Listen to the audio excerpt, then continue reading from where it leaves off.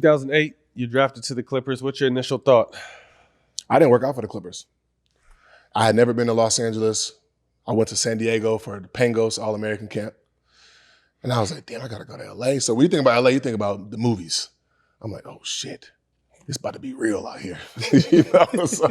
And I was 19, man, and I came out here by myself because my brothers were still in high school and middle school. And but when I first came out here, I didn't know anything about the Clippers. But I do think that the universe put me in that situation for the right reason because I got a chance to develop. You know, at that point in the league, like, it was, you know, 35, 36-year-old, everybody was starting at that age. You know, young boys didn't play. Mm-hmm. So, like, I really got a chance to, like, grow at my own pace. I wasn't rushed to come in and play right away or too much pressure. So, and then once I learned about the franchise, I'm like, oh, okay, cool. Like, we can really turn this shit around. And the following year, we ended up getting Blake. And I never forget my rookie year, we won 19 games because that's how old I was. And so I'll never forget that shit, you know. And then we just got better and better and better. Never reached the pinnacle, but it was cool how we turned that around. Your rookie year. Your vets, shit, yeah. Marcus Camby. Yeah. Super nasty. Yeah. Nasty. Marcus Camby, Ricky Davis, Chris Kaman was nice. He was nice. Chris Kaman had both hands. His hygiene wasn't where it probably should have been for the money he was making. Chris Kaman had and you wonder why he was getting all them buckets. Nobody wanted to guard him. Chris Kaman had game. Obviously, Barron and his lattes, Zebo, Marcus Camby. Yeah, you had a nice little group around you. I had some vets, man. I had some real good vets. A lot of them guys I definitely still talk to were super influential in my career.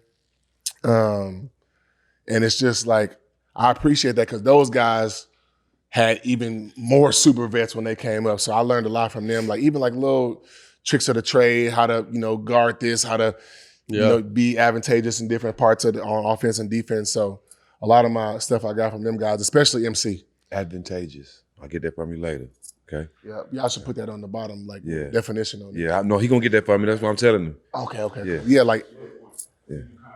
Yeah. MC would in shoot around. I wasn't playing a lot, you know, but MC would be like, "Hey, like, what's this play coming up?" And I'm like, "Shit, I don't know," you know. And he like, "What the fuck? How you don't know the play?" I'm like, "Bro, I'm not playing." Like, you know. But he was like, "You need to know 5 plays and 1 out of bounds play every time we start shoot around." So I started memorizing plays, and I would watch him. He'd be like, "Yo, floppy twist. They go so and so coming off this. Watch it for the backdoor cut, post up, and then the Chicago." I'm like, "What the? How do you know that they ain't even ran the play yet?" And then I would study what he was doing. So during the game, I would just watch MC. He at the free throw line, he would be watching to see what the play call was. All right, Ricky, watch the pin down, watch him curl. You can gap it. Da-da-da-da. I'm like, damn, this is crazy. I used to thought he was a wizard. I was like, he sold his soul to somebody. There's no way. Did he ever tell you rebounding pattern? No, he never told me that, but I would watch him. I got the tip outs and all of that shit from him. Yeah, and the free throws is like one time he told you, like, "Gotta get to my free throws." Yeah. What did you say? Yeah. He said first quarter, first 5 minutes of the first quarter, first 5 minutes of the third quarter is when the guys miss their most shots. Get all of the rebounds. And don't let none of these fucking guards get the free throw rebound. Yeah. It used to be a big deal. People don't know in the league, like the bigs didn't want the guards coming in the paint and getting fucking with their bonus money. Yeah. That's how they get their extra money. That'd be fights. Get out of here, little fella. Get out of here, I remember one time we had a film session and Doc was like, "We got to rebound better." And Matt was like, "I got something. DJ don't want us to get the fucking rebound." DJ get mad if we get the rebounds, and then Doc was like, "Hey, fuck DJ, I don't give a fuck what." So I was like, and then after I was like, "Yeah, yo, Doc right, man. Let's just rebound." And then after the meeting, I was like, "Hey, y'all, fuck what Doc said. That shit in the paint, y'all get the fuck out of the way." Oh shit. Well, I'm thinking about. We'll save it for later. Fuck it. The number 1 pick in the draft comes next year. Blake. What's your guys' connection like? You guys are both young. He's fresh out of Oklahoma. What's that bond in the relationship? Because you guys became really close. Yeah. Blake and I, man, we played together for 9 years.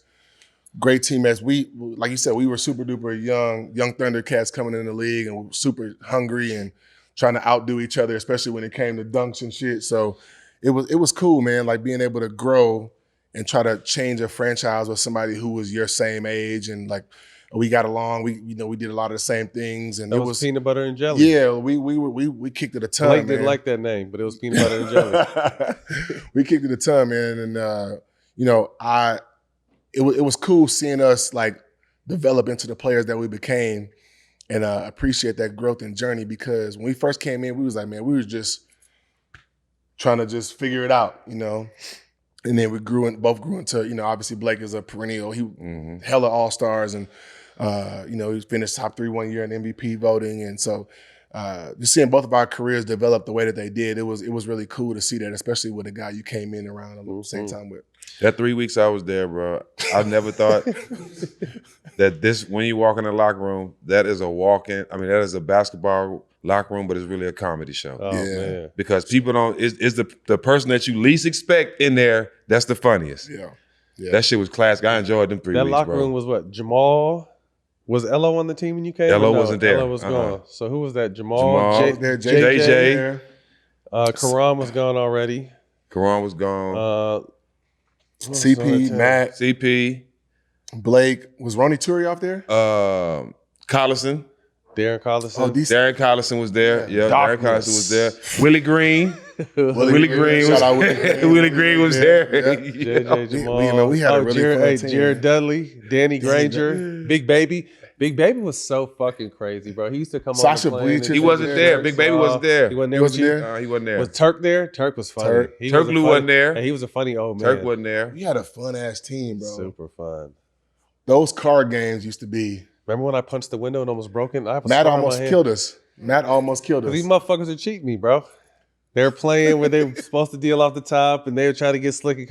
And it was like a big pot. Look how he smiles, though. You caught him? knows I ain't You caught lying. him? You caught him cheating? Bitches. Hey, these him, CP, and Blake. I'm like, you guys got the most money in here. Y'all some cheating ass motherfuckers, bro. So they cheated me on like a $40,000 pot or $20,000 pot. I wasn't involved. I was just told not to say anything. So I didn't say The fix anything. was on. The fix was on. I didn't Oh want- my God, I would have lost listen, it too. Matt, you fucking lost it. I didn't want to we fuck up 30,000 CP. feet in the air. You almost killed us. I didn't want to fuck up CP or Blake because I was gonna fuck one of them up on the spot. So I punched the You window. definitely was getting cut. And after luckily, bro. No, not luckily. He is double plated the window. I broke the first one. I got a scar on my punched it knuckle hard as still. fuck. It had to get stitches. Scar on He my punched the knuckle. window. that. He break that second window. Giannis. It was Get outta over here. with. It's over. The first one is gone. I'm like, oh, we about to die. CP like, big fella. I'm like, ain't nothing I can do, bro. I was about to fuck you. It was Blake and CP were on the fix. I'm down over And 40 racks too. And I didn't want to man. fuck either one of them up on the side. Matt's so, hand is leaking. leaking, I'm bro. like, man, blood you everywhere. gotta tell JP. You But gotta I just tell wrapped that JP. shit up and I was like, I'm getting my money back. I'm gonna fuck somebody else. So we gonna figure this out. I'm with you. I feel you, Yeah. bro. I feel you. So Those card games was funny, man. those card games were fun. Golly. To say the least. To say So the CP comes, Lob City is born. Yep. Reflect, because you pointed out something earlier that I tell people, like, I got a chance to play for the Lakers too, so did you. But there was a different pride with the Clippers because they were so bad for so long. Yeah, so yeah. CP comes, and just, again, it goes from let's try to make the playoffs to winning a championship. What was that first energy like when Lob City came to life? Because there was social media, but it's not the way social media is now. No. Like, Lob City on social media would have been crazy. Yeah, it was fun, man. Just because when we first got there, me and Blake were just trying to put on a show. We're trying to win games. We're definitely trying to put on a show out there. And then CP came in super methodical and on you all the time, which I, like, back then I would be like, man, goddamn, CP. Like, but when I got older and we were teammates for a couple more years, like, I understood what it was. It wasn't like he was on us. He just was like, I need to instill this shit into y'all Drill it in if you. we're gonna, try to compete for a championship. So now sometimes I'll talk to the young guys and I'm like, damn, I sound like CP. Yeah, but You it's know? different because keep your thought, because I think there's a misconception of who he is. Yeah, it it's just definitely like is. you don't have Yeah. that appreciation until you're older and you understand. Like, I fucked with CP because I yell whatever, because I used to kind of have to be the bridge. Yeah. Like, CP would say something and Blake and DJ would roll their eyes, and I'll just come over and put it in different terms, and they would be like, okay, well, he didn't fucking say it like that. I'm like, who gives a fuck how he said it, nigga? Do it. He's not wrong. So it was kind of like Yeah. that. But he saw what he had to do, and Yeah. your guys' connection was so the way he had both you guys on both different sides. I mean, imagine having, because everyone pictures Blake being the amazing dunker.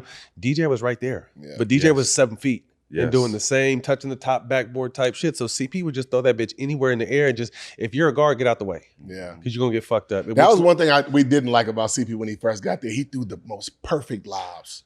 Like boring ass lobs. Like, How can you throw a bad lob to you and Blake though? that's what I'm saying. Like, can't. it was just, he's such a great passer and put it playmaker. right It was there. just perfect. Like, we in the air, like, oh, I'm about to catch this nasty, and it'd be right here. Like, oh, okay. So it's like, so we'd be like, I'm like, Like we dunking, he'd be like, damn. He was like, was it bad? I'm like, no, it was too good. Like, good.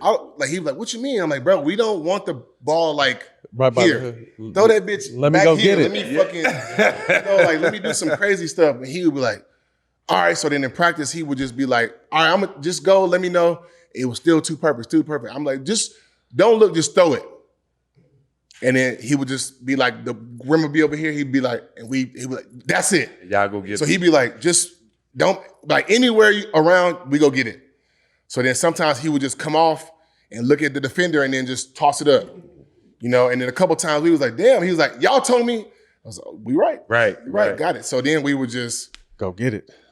we'd be Go blind get it. passes, and those were the best, nastiest Go dunks when he would get just throw it blind. Which leads us to our next segment. Murder Roll scene. the clip, please. Murder scene. Oh, I want everyone just to watch this the first time because you gotta. Fuck, wait. AJ. Run it back. Watch Matt in the corner. Watch Matt jump up and just take he off is full so extra. 40-yard dash. Oh my God. Oh, run. Somebody died. Look at this shit though. So, Was so you just told something before we started. Oh my God. Reggie Evans was on y'all team? No, Chauncey he was on the ground right there. Chauncey on the ground. Willie Chauncey. Green. We got two Look at, NBA coaches on the. Chauncey's old ass couldn't even get up. Dudes were going crazy, but I didn't know. So the boo-boo face came from you looking at LO. Hello. I'm sorry, Brandon Knight. No, you're not. Oh, He did that to himself. shit. And he ain't been the same since. Oh. Oh, he hit Yeah, that tailbone was first a too. fun one, man. God, Look where he's at though, bro. He's 7 feet. His head's at the rim. His arm is above the square. Oh, he didn't have a chance. He ain't been right ever Yeah, since. that Corrals, yeah. Watch LO. Oh shit, son! Like that was who I was looking at. LO made that face at me first, and then I did it back to LO. Ooh. God, So dang. I appreciate LO for the viral dunk face. Yeah. Yeah, the connection was something Yeah. serious. We had two opportunities. We feel like we were the best team in the league in 14 and 15. The OKC collapse or the Houston upset. What was? They were both tough. Yeah, OKC. I just wanted to be OKC so bad, and we lost on some bullshit. Bullshit. You Cheating didn't ass foul refs. Reggie. Hell no, I slapped it off his arm. Yeah, that But was CP tried to draw try the to get the 3/4 foul. court foul. Yeah, that CP was just- trying I to can be still too slick. I can still remember that shit. And then when they stole it, who They hit it? stole Russ it. hit a 3, then KD came back, hit a 3. Yeah, we were up. We should have won that game, and then they said you fouled Reggie Jackson. There was But I no didn't. Clean foul. swipe.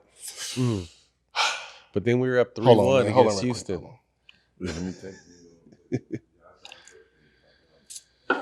Because when you lose like that, I can still remember all of them plays and that shit was over 10 years ago. You all right? Okay. Slow down. So, but then 2015, that hurt even worse because we was up 3-1. 3-1. We was looking at the Warriors already. in the Yeah, Western that's what it Finals. was. We were so thirsty and hungry to beat the Warriors, and What are we we were up up- 3-1. We won the first game. CP was out. Remember? Yep. We won the first game. CP was out, and then Oh, that game was 6, off. That was we were off up the fucking- hamstring, right? Because we beat San Antonio. That's Yep, when we CP San hit the Antonio won game-winning the shot, game championship. 7. Yeah, we knocked them out. And then man, We're up then- 3-1. We're up 17 In the and going third quarter. into the fourth quarter, and we win this game. We play the Warriors in the Western Finals, right? I love him, but fucking Josh Smith and Corey Corey Brewer killed us. killed us. in the Killed fourth us quarter. because James. I don't know if James is a foul James trip or and frustrated. James and Dwight were kind of like Just out of it. took So them the out a little coach bit. took them out, and their bench came back on a crazy comeback, and then they got smacked to a us in game 7 and they beat the shit out of us in Houston. and it was just so because I'm from Houston. It was just That was tough. all my boys in high school. They're like, we rooting for y'all, but we also rooting for the Rockets. And I'm like, man, I'm not with that. You know, Yeah. like so then that was and then to lose to them there, the plane ride back was just. And to keep in mind, like we say, like the Warriors are waiting on us and we're going to whoop our ass. We were the last team to beat them in the playoffs the year before. Yeah. So like it was going to be a passing of the guard. One of us was ready to bust out because we had not that they were our little brothers by any means, but like we were playing them, and we were better at that time. It was just so much fun playing against the Warriors, man. Like that was a great team. Even before they won 4 championships, like Steph, their Clay, growth, Draymond, Andre Iguodala, like that team was good. That was man. a tough team to play, man. Yeah. Especially in Oracle, like that shit was just the battles were fun. Like sometimes they would get the best of us and vice versa, but like I had so much respect for that team just because like. It was great basketball being played. It was physical. It was a lot of shit talking, especially with Day. So it was that team was. That's fun, when Mark man. Jackson was the coach. Yeah, right that team before was fun, Steve man. Kerr came in.